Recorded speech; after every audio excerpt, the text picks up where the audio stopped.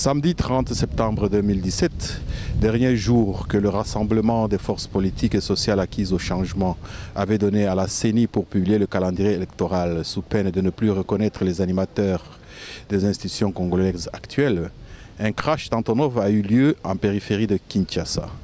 Tous les passagers sont décédés, parmi eux des pilotes ukrainiens. Selon plusieurs sources, l'avion contenait du matériel militaire sûrement destiné au front à l'est du pays. Le gouvernement désormais démissionnaire a donné sa version des faits, sûrement truffée de mensonges comme à son habitude.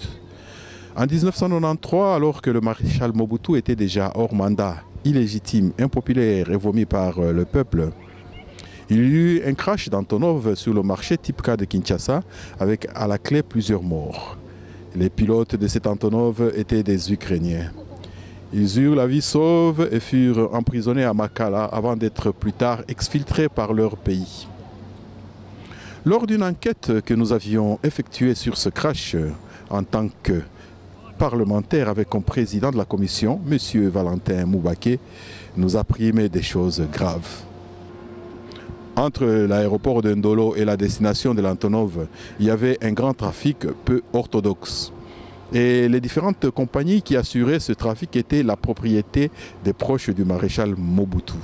Ce trafic était à l'image du pays à l'époque. Une grande corruption, une course effrénée des apparatchiks vers l'enrichissement sans cause, même au détriment de la sécurité du pays. Une chose était sûre à l'époque. Le régime illégal et illégitime de Mobutu allait irrémédiablement vers sa fin, malgré que régulièrement des opposants étaient débauchés dans l'espoir vain d'avoir une certaine légitimité. Quand ce régime allait-il rendre l'âme?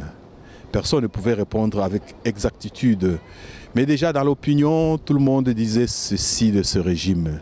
Et Sili. Oui, ce régime pourri, corrompu, désarticulé, structuré autour d'un seul individu, finit par se casser la gueule.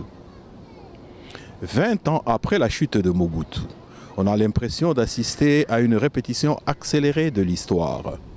On a en République démocratique du Congo un régime illégitime, illégal, impopulaire, honni par le peuple, dont les animateurs se cramponnent au pouvoir et parmi eux des débauchés de l'opposition. Le régime est structuré autour d'un seul individu qui a tous les pouvoirs entre les mains. L'ironie de l'histoire, ce régime vient d'être gratifié de son crash d'Antonov, alors qu'il y a un bruit de bottes à l'est de la République. Comparaison n'est peut-être pas raison, mais une convergence d'autant de signaux négatifs confirme une exclamation qui monte de plus en plus dans la population.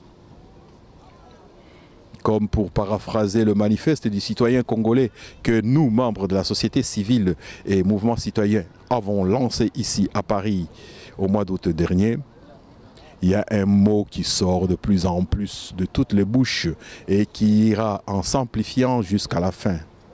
Et Sili, Inaisha, Kouajik, Imene.